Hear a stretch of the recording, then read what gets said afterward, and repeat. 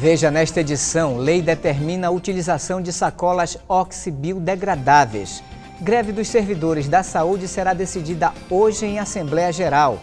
Pará ainda é campeão em desmatamento na Amazônia.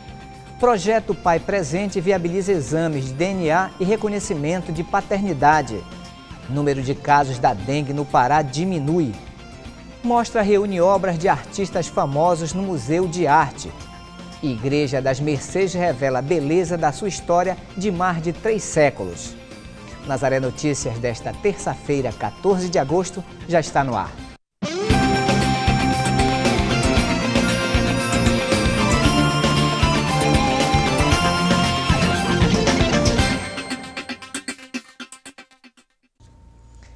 O Nazaré Notícias de hoje começa com uma informação que diminuirá o acúmulo de lixo nos grandes centros urbanos. Entrou em vigor em Belém a lei que determina a utilização de sacolas oxibiodegradáveis no comércio. Os supermercados da capital paraense adotaram medidas de proteção ao meio ambiente desde o início da discussão na Câmara Municipal. A política ambiental já existe nos supermercados de Belém há pelo menos 3 anos. As sacolas plásticas são oxidegradáveis, cujo processo de degradação é mais rápido, um período aproximado de 18 meses após o seu descarte. Mas para o vice-presidente da Associação Paraense de Supermercados, o desafio agora é conscientizar os consumidores a utilizarem as sacolas retornáveis. A lei também fala muito claramente que nós devemos incentivar o uso da sacola retornável. Tá? Essa aí realmente é a melhor solução. É uma solução porque evita a poluição do meio ambiente. Porque nós sabemos que a sacola, o plástico em si, jogado no meio ambiente, ele está poluindo.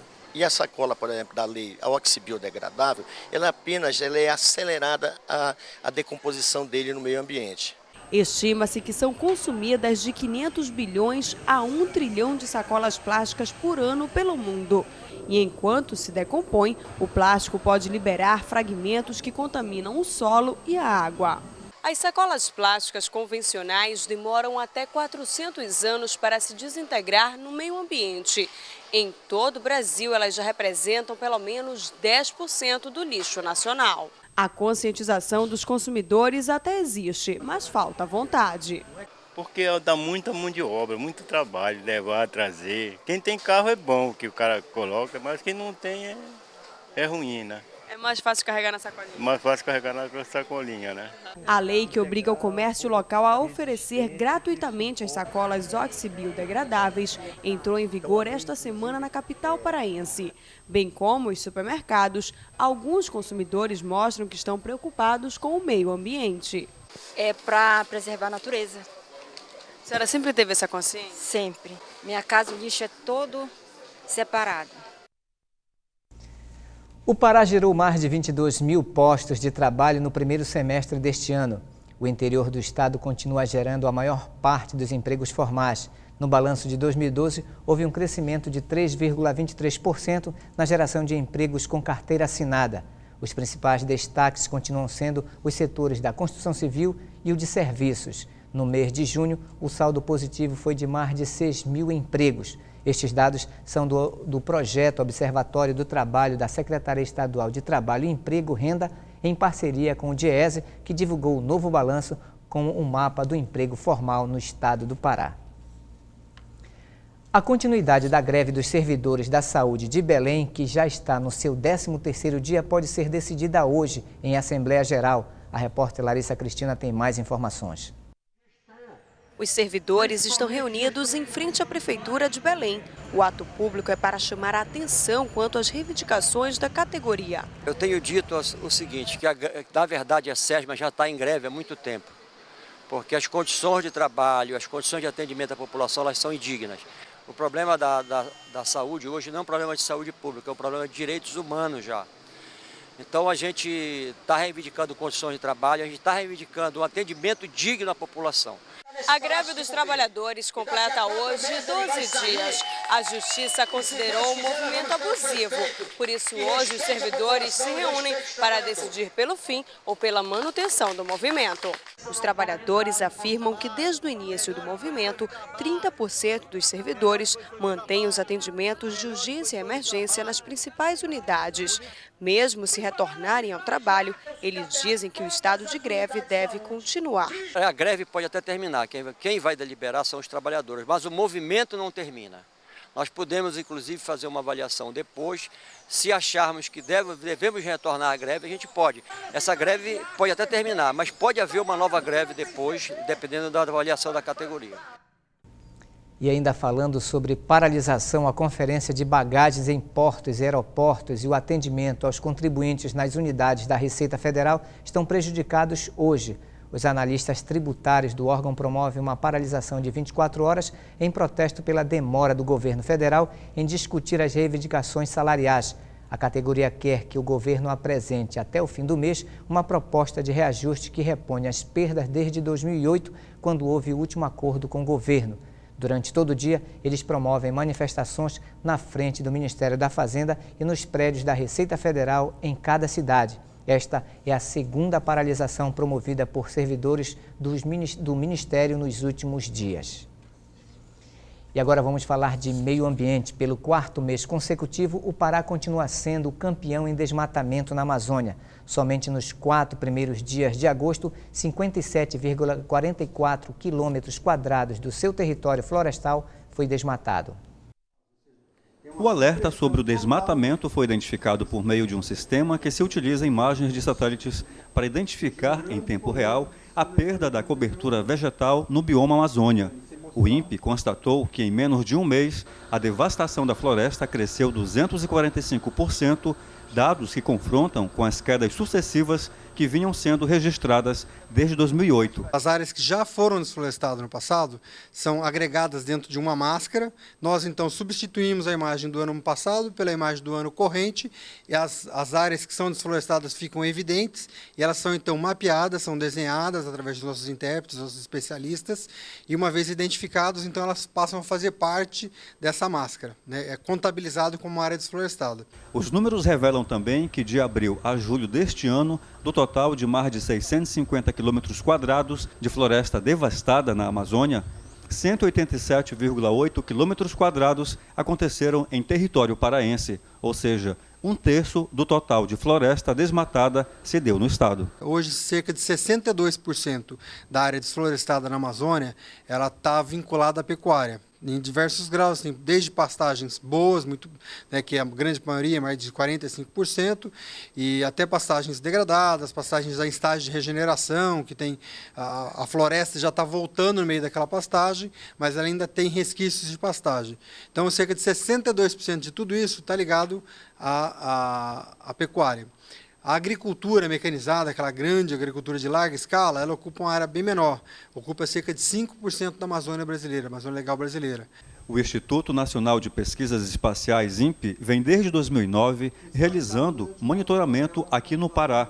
Cerca de 40 funcionários, entre doutores em assessoramento remoto, geociências e meio ambiente, ajudam nos relatórios e informações que partem de cerca de 229 imagens como estas, via satélite. Nós temos uma parceria bastante estreita com o IBAMA, né, com a IBAMA sede em Brasília, então toda atividade de monitoramento é repassada automaticamente ao IBAMA. Então, ou seja, diariamente o IBAMA recebe um relatório do INPE dizendo aonde estão ocorrendo os desmatamentos.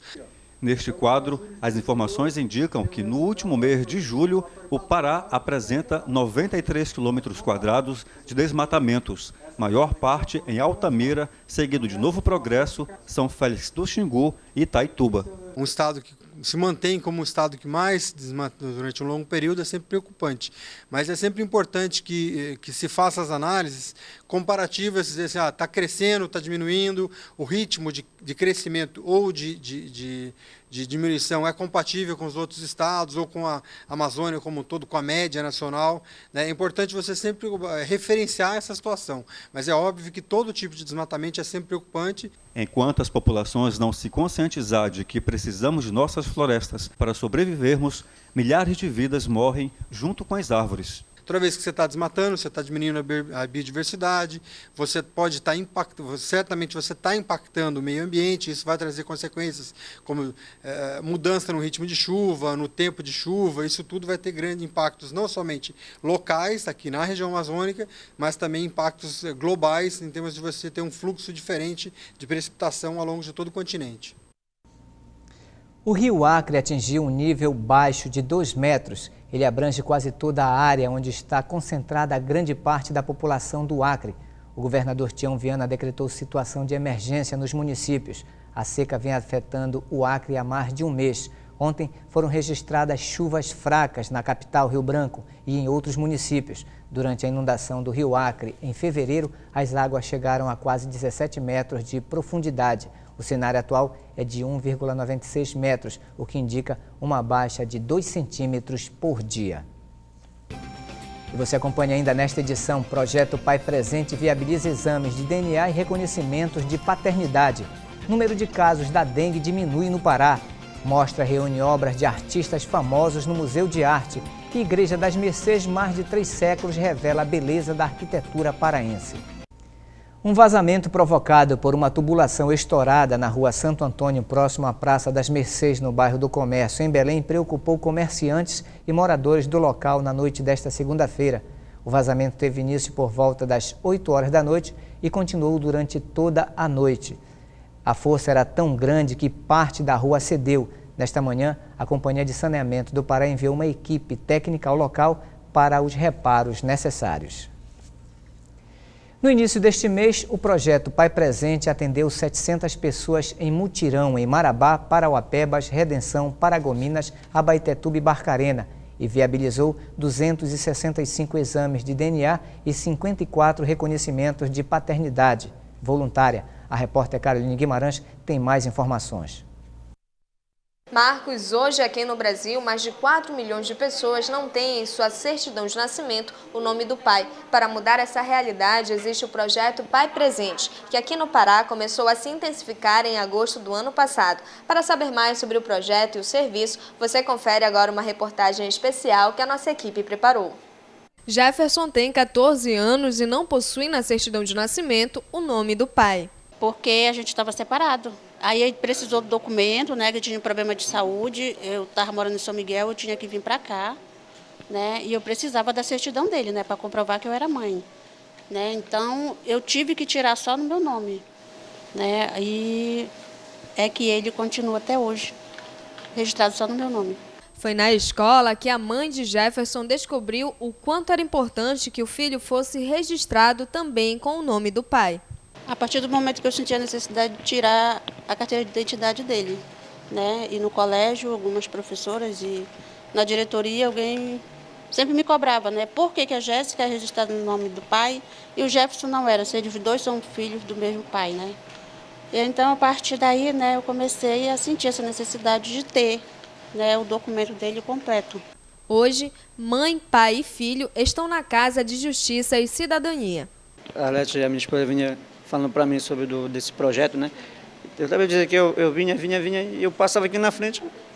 E depois, uma vez eu vi, a mulher disse que ia trazer ele, ia trazer a certidão e ela para poder fazer. Assim como Jefferson, são muitas as pessoas que não são registradas pelo pai.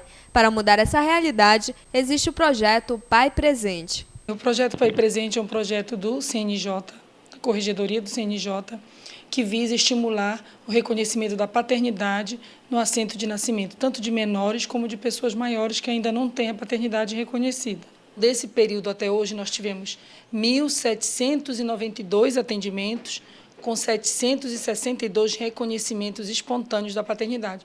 Os demais, as pessoas foram encaminhadas para ingressar com a ação judicial. A Casa de Justiça e Cidadania funciona de segunda a sexta-feira e o atendimento para o projeto Pai Presente acontece de 8 às 16 horas. O projeto Pai Presente é a maneira mais rápida e eficaz que a pessoa tem de ter o nome do pai em seu registro. Mas hoje, a procura pelo serviço do projeto Pai Presente ainda é maior do que o registro espontâneo de paternidade. Infelizmente, a gente predomina a cultura da litigiosidade, né?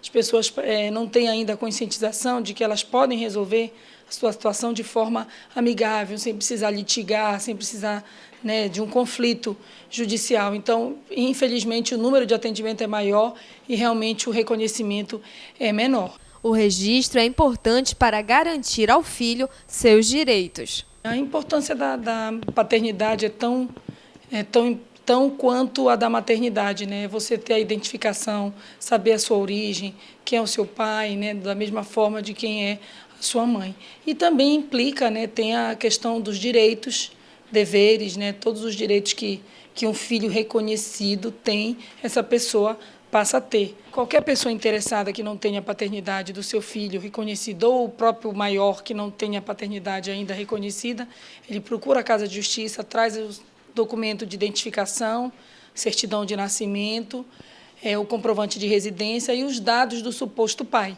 né, de quem seria a pessoa identificada por ele como pai. Aí nós marcamos uma sessão de conciliação, né, onde são atendidos por técnicos do setor social, psicólogo, pedagogo, assistente social, onde é feito toda uma conversa da importância do projeto, do que é aquele ato na vida daquela pessoa. E, normalmente, as pessoas reconhecem a paternidade. E de 20 a 24 de agosto, um mutirão será realizado na Casa da Justiça e Cidadania, das 8 às 14 horas, para atender as pessoas que procurarem o serviço. Mas o atendimento ao projeto Pai Presente acontece normalmente de segunda a sexta-feira, das 8 às 16 horas. A Casa da Justiça e Cidadania fica na Avenida Almirante Barroso, em Belém. Mais informações pelo telefone 3276-6604. Eleições 2012, cerca de 7,7 milhões de brasileiros votarão em uma urna biométrica nas eleições municipais deste ano.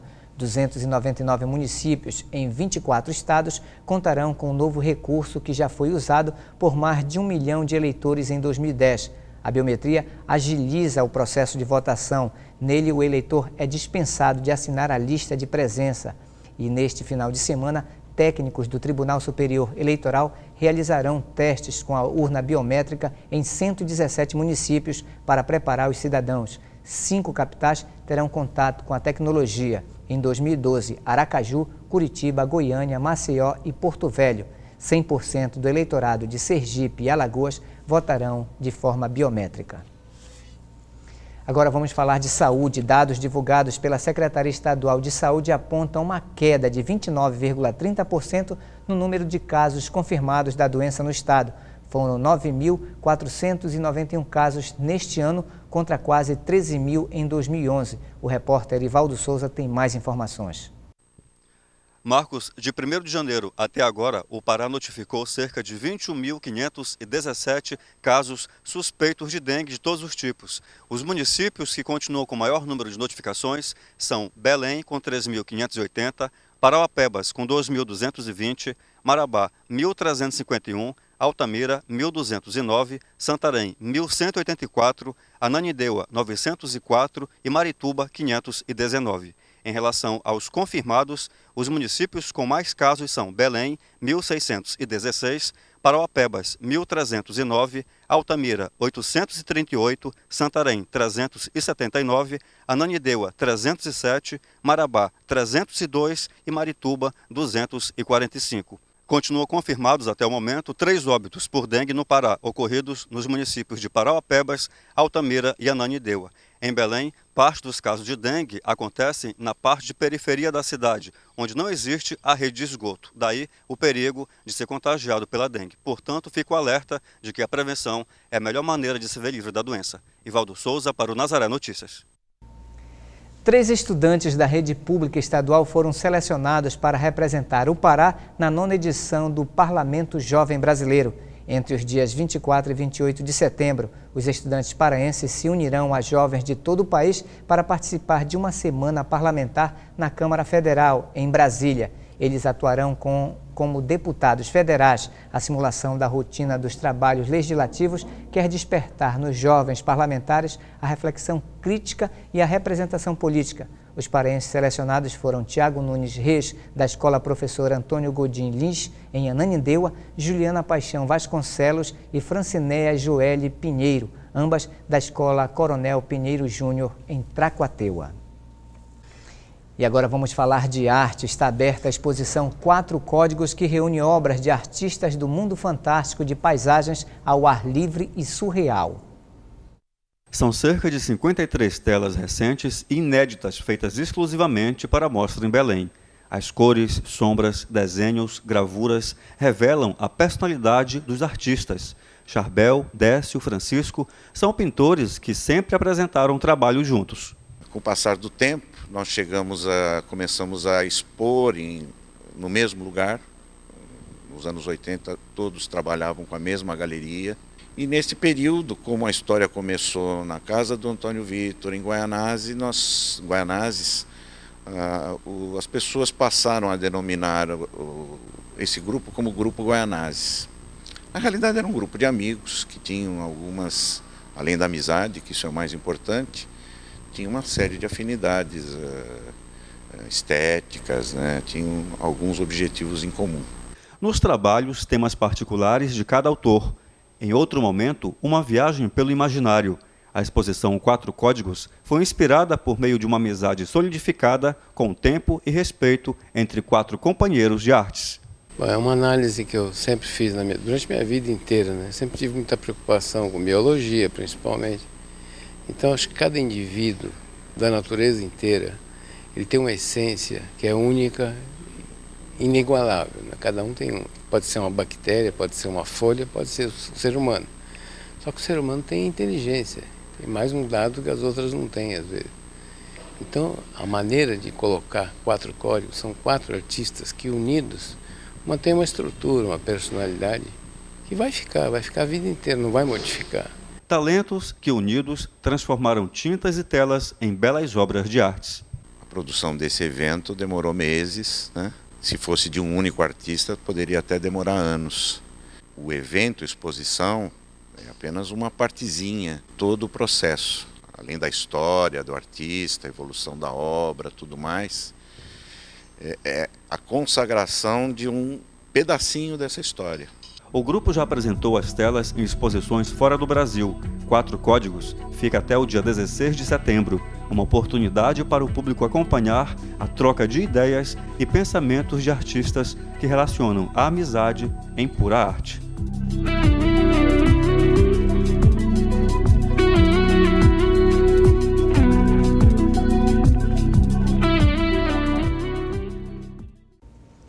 A Fundação Curro Velho, em Belém, deu início às oficinas para o primeiro módulo do segundo semestre deste ano.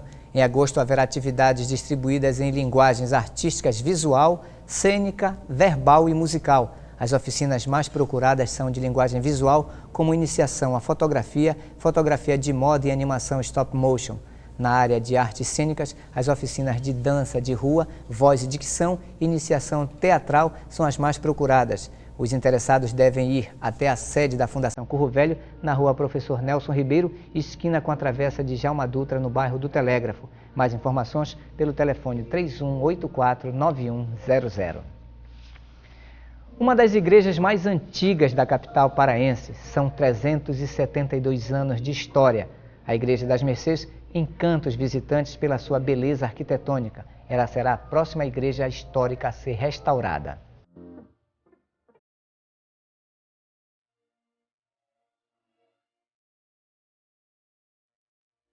Na fachada, a data do início da construção impressiona. Dentro, a arquitetura barroca expõe o trabalho de Antônio Landi. A obra de taipa coberta de palha ganhou alvenaria e acabamento em 1753, com as ideias do arquiteto italiano.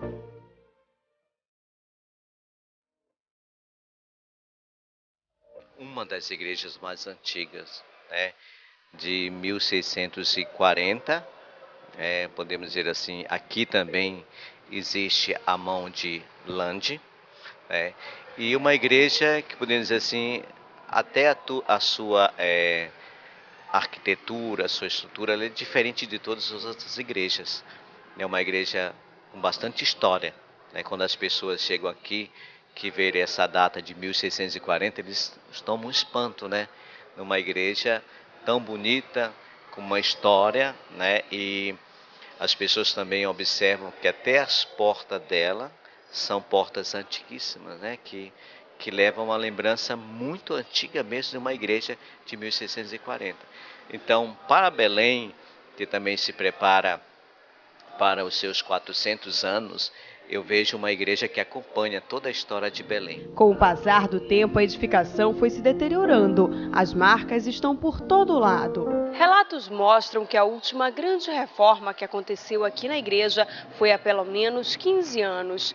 Poucos traços originais foram mantidos. As paredes receberam várias camadas de tinta. Peças em madeira foram encobertas e até as janelas foram fechadas. Nos púlpitos laterais, a tinta encobre o detalhe em ouro. Nas capelas, a pintura original foi substituída por uma parede com desenhos. A reitoria luta para restaurar os traços verdadeiros da igreja. Existem as dificuldades pelo fato de ser patrimônio, de ser tombado, né? De o IPHAN ser responsável pela questão histórica, né? Então isso tudo dá um aspecto de lentidão, né? Mas há um desejo muito grande de Dom Humberto que em 2016 no Congresso Eucarístico tenha se tomado alguma solução dela estar restaurada, não sei, ou mais ou menos restaurada. Apesar dos 372 anos, a igreja continua suas atividades de evangelização. Ela está florescendo de uma forma linda, as pessoas estão acorrendo aqui a este santuário, a este templo, e muitos milagres são relatados, pessoas dão testemunho de mudança de vida, conversão. Acho que o trabalho está sendo feito de forma promissora, né? Nós já estamos colhendo frutos de toda essa dedicação. Diariamente, centenas de pessoas visitam o santuário e ficam admiradas com a beleza. Gosto de vir aqui mesmo. Tem São Raimundo, mas eu sempre gosto de vir aqui. Tem adoração e a gente se sente feliz.